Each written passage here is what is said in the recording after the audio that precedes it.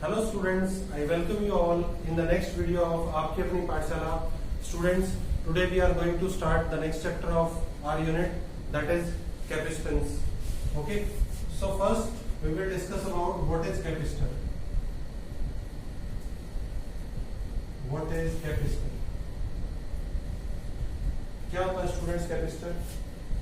ये एक डिवाइस है students. It is a device. It is a device used to store large amount of charge and hence electrical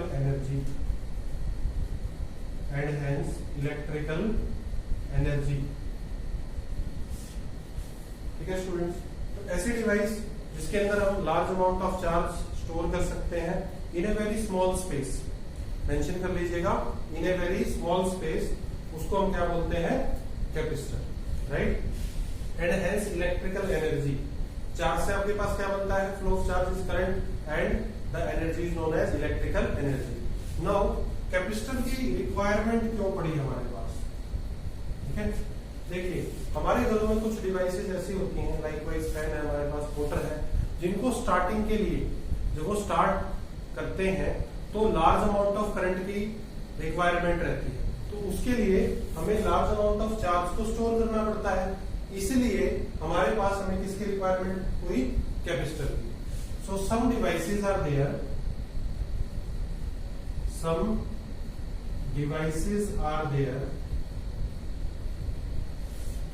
which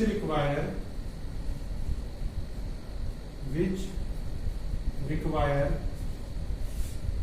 large amount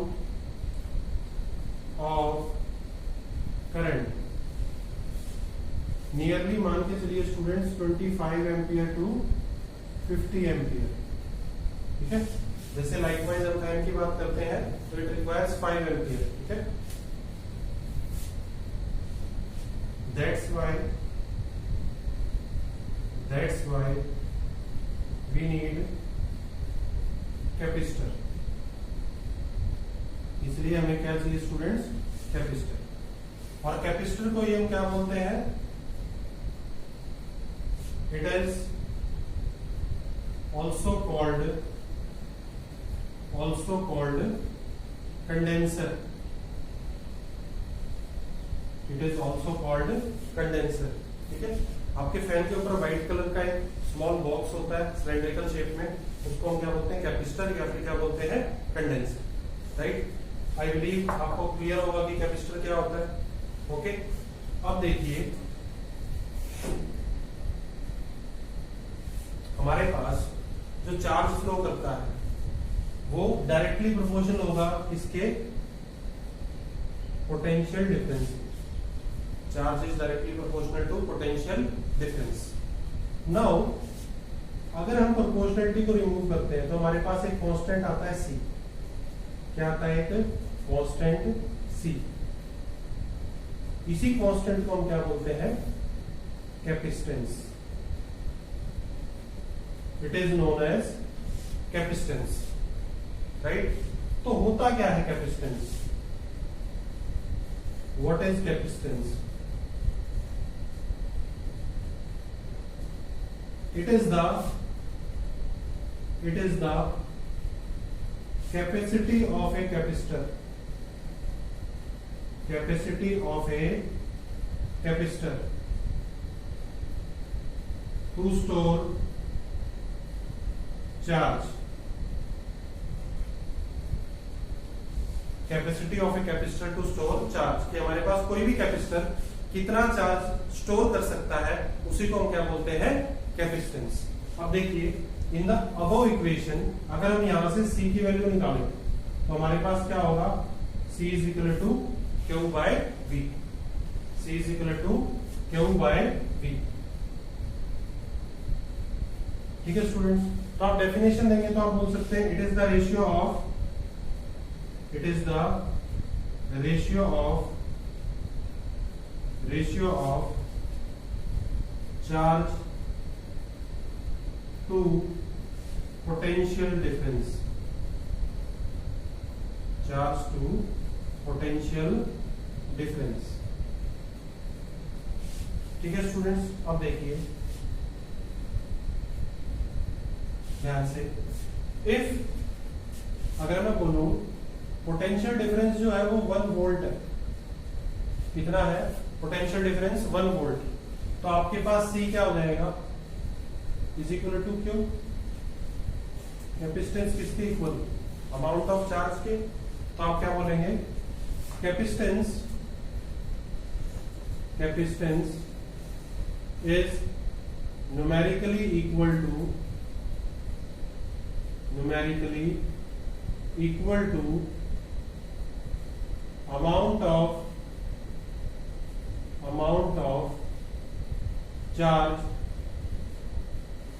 amount of charge when it raises the potential to unity। ठीक है बेटा, तो capacitance numerically equal किसके होगा, amount of charge, या आप बोल सकते हैं amount of charge stored when it raises the potential to unity. ठीक है, so C is equal to Q होगा कब, जब पोटेंशियल डिफरेंस क्या आपके पास 1 वोल्ट, राइट। इसकी यूनिट्स की बात कर लेते हैं। अगर यूनिट की बात करेंगे हम तो देखिए यूनिट्स क्या होंगी,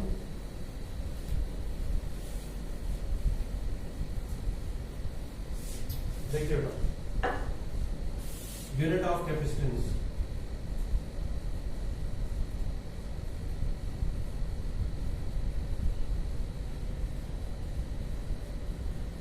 यूनिट जो होती है स्टूडेंट्स हमारे पास वो क्या होती है, farad, it is farad, right, ऐसा यूनिट इज फैरेड। अब देखिए आपके पास है C is equal to Q by V, तो यहां से फैरेड जो होगा आपके पास वो किसके इक्वल होगा, coulomb by volt, coulomb by volt. तो यहां से अगर हम 1 फैरेड को डिफाइन करें तो हमारे पास क्या होगा, 1 farad is the amount of capacitance of A circuit when 1 coulomb of charge raises its potential to 1 volt. So capacitance is said to be 1 farad if 1 coulomb of charge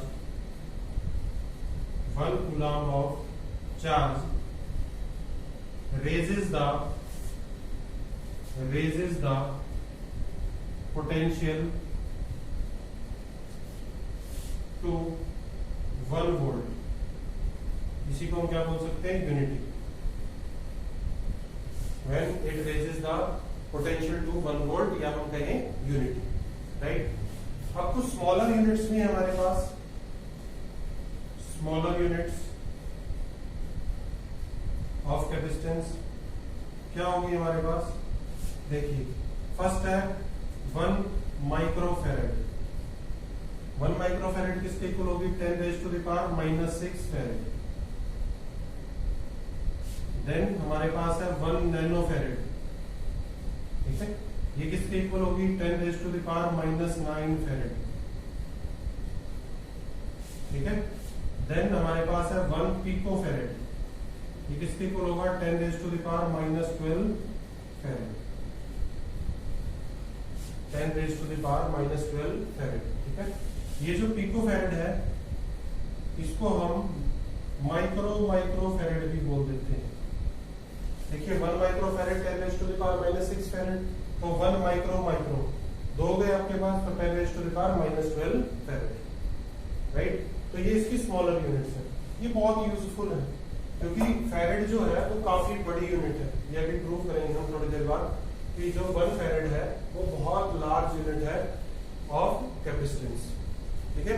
तो next देखिए dimensional formula of capacitance.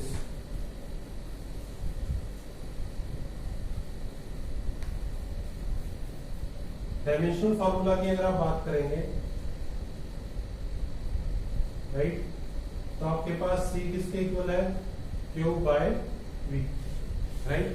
अब देखिए capacitance is equal to Q over potential क्या होता है आपके पास, work done per unit charge is equal to work done per unit charge.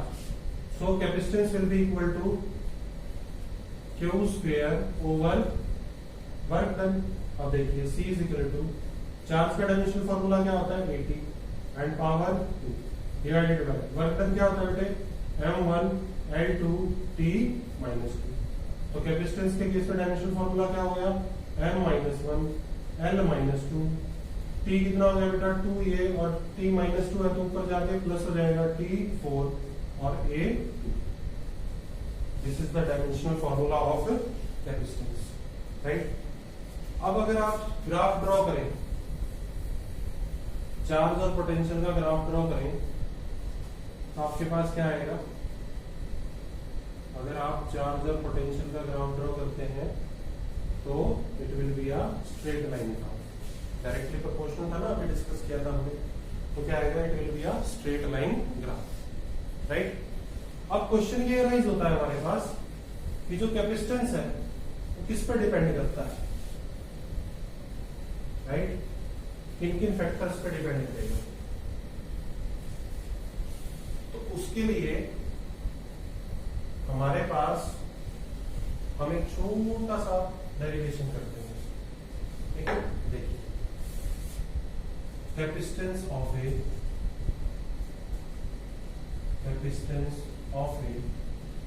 Spherical, या हम कहें capacitance of A isolated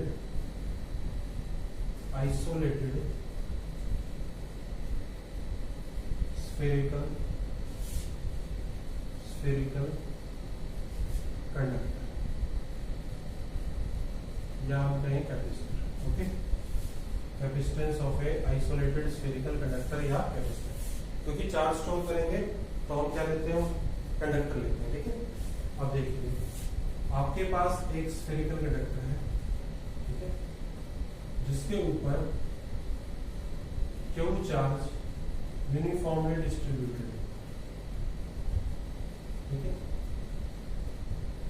Q charge क्या है, uniformly distributed all over it, ठीक है।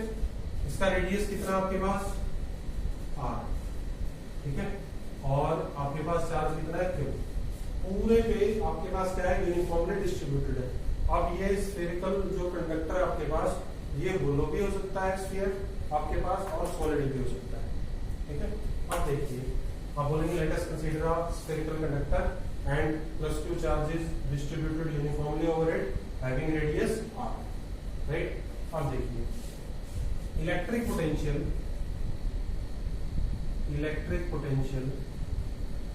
at the center of the sphere, electric potential directly लिख लीजिए, electric potential is given by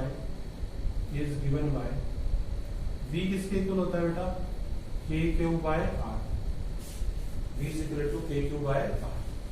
so V किसके इक्वल होगा, 1 by 4 pi epsilon naught R, ये होगा, और ऊपर क्या आपके पास Q, तो हम रख सकते हैं Q by 4 pi epsilon naught R। Equation number 1 लीजिए, ठीक है। अब देखिए यहां से अभी हमने पढ़ा था कि C जो होता है वो होता है Q over V, it is equal to Q over V। Equation number 2, equation 2 में इक्वेशन 1 की वैल्यू पुट कीजिए, putting the value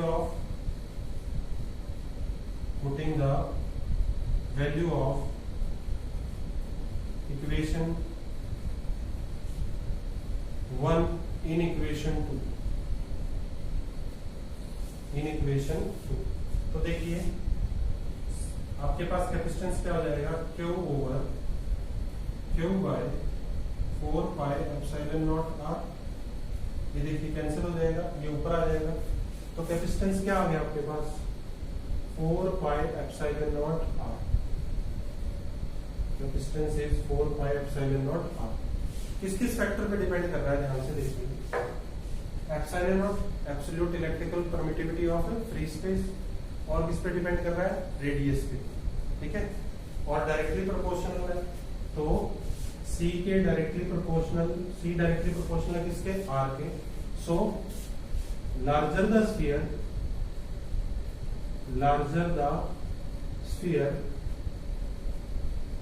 more will be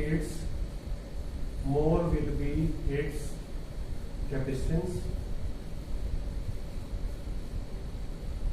जितना लार्ज होगा उतनी ही ज्यादा उसकी क्या होगी, कैपेसिटेंस होगी, ठीक है। तो सबसे पहला तो किस पे डिपेंड करता है, कैपेसिटेंस किस पे डिपेंड करेगा, अगर हम बात करें तो इट डिपेंड्स ऑन पहला तो shape and size of conductor, shape and size of conductor. Shape and size को आप वैसे क्या बोल देते हैं, डायमेंशंस भी बोल देते हैं। मींस उसके डायमेंशंस पे क्या करेगा, डिपेंड करेगा। और किस पे डिपेंड कर रहा है, एप्सिलॉन नॉट, तो मतलब नेचर ऑफ मीडियम पे डिपेंड करेगा। So it also depends upon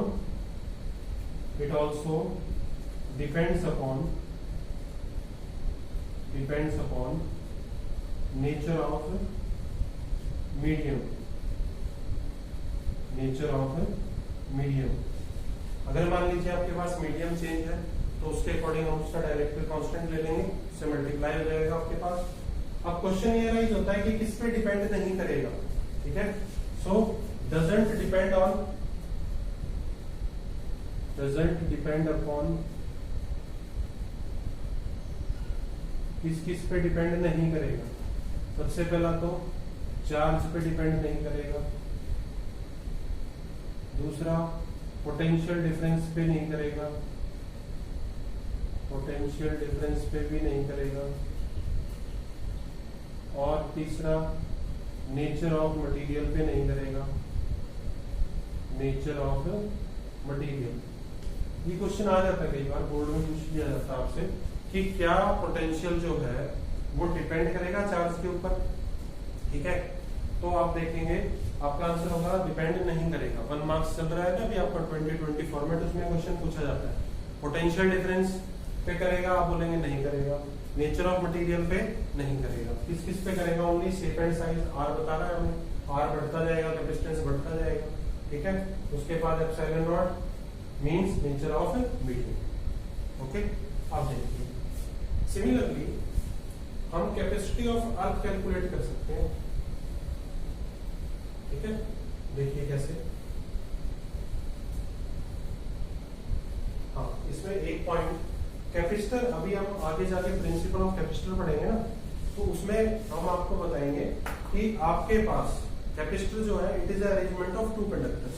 यहाँ पे हमने क्या लिया था, आइसोलेटेड स्फीयर लिया था, आइसोलेटेड कंडक्टर लिया था, स्फेरिकल कंडक्टर। तो आप बोलेंगे सर वहां पे आपने जाके बोला कि 2 कंडक्टर्स होते हैं, यहाँ पे तो आपने एक ही लिया। बेटा जो सेकंड कंडक्टर इस केस में है, हमने जो लिया स्फेरिकल, उसको हम लेके चल रहे हैं इन्फिनिटी पे। ध्यान से सुनिए मेरी बात, उसको किस पे लेके चल रहे हैं, इन्फिनिटी पे। और इन्फिनिटी पे उसके अगर पोटेंशियल की बात करेंगे हम k⁴r, जो इन्फिनिटी पे, तो r क्या हो जाएगा, इन्फिनिटी। 1/∞ is 0, तो उसका पोटेंशियल क्या, 0, इसलिए उसको कंसीडर नहीं किया, राइट। हम उसको किस पे लेके चल रहे हैं, इन्फिनिटी पे। ये बहुत इंपॉर्टेंट पॉइंट है, नोट कर लीजिएगा, that other conductor is at infinity. अभी प्रिंसिपल में पढ़ेंगे, we require 2 conductors to store the charge. अब देखिए कैपेसिटी ऑफ अर्थ कैलकुलेट कर लेते हैं। Capacity of earth,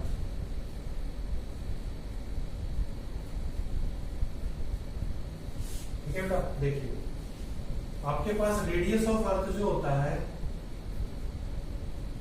radius of earth are जो होता है आपके पास, वो होता है 6400 किलोमीटर, राइट, 6400 किलोमीटर। इसको अगर हम मीटर में कन्वर्ट करेंगे तो 6.4 into 10⁶ metre, 6.4 into 10⁶ metres, right. तो कैपेसिटेंस क्या होगा इसका, 4 पाई एप्सिलॉन नॉट आर है हमारे पास, so C will be equal to 4 pi epsilon not R यानी 9 into 10 raise to the power 9 into R की वैल्यू क्या है हमारे पास 6.4 into 10 raise to the power 6। अब देखिए C इज इक्वल टू, इसको इससे डिवाइड करेंगे तो आएगा 0.711 इंटू, ये ऊपर जाएगा तो जाएगा 10 raise to the power -3 farad. इतनी कैपेसिटेंस आ गई। अब इसको कन्वर्ट करते हैं हम, capacitance is equal to 0.711 into 10 raise to the power -3। 1 farad किसके इक्वल होता है? 10 raise to the power 6 microfarad. ठीक है, 3 जीरो इसमें मर्ज हो जाएंगी। डेसिमल के बाद 3 डिजिट आपके पास, तो आपके पास कैपेसिटेंस कितनी आ जाएगी? 711 माइक्रो फैराड। 711 micro farad. कितना बड़ा हमारे पास एक कंडक्टर है, ठीक है, अर्थ जो है, और इतने बड़े जो डायमेंशनल एक कंडक्टर की हमारे पास कैपेसिटेंस कितनी आ रही है? सिर्फ और सिर्फ 711 माइक्रो फैराड। तो इसका मतलब farad is a very big unit. तो आपसे क्वेश्चन पूछा जाता है explain why farad is very big unit, तो आप कैपेसिटी ऑफ अर्थ निकाल के बता दीजिए कि आपके पास रेडियस ऑफ अर्थ कितना है, आपके पास डायमीटर देखिए कितना होगा, दैट विल बी 12800 12,800 किलोमीटर। इतने बड़े एक स्फीयर की आपके पास कैपेसिटेंस मात्र कितनी आ रही है? 711 माइक्रो फैराड। इसका मतलब फैराड जो है it is a very big unit, it is a very big unit, right. अब देखिए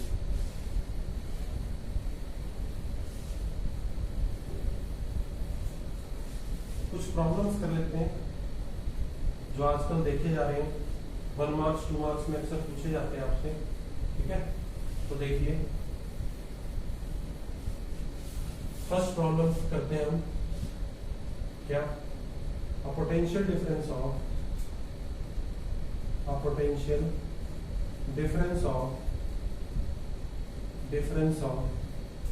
250 volt is applied across the plates of the capacitor,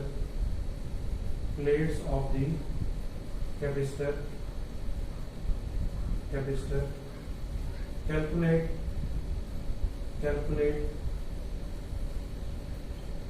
the amount of charge on it if its capacitance is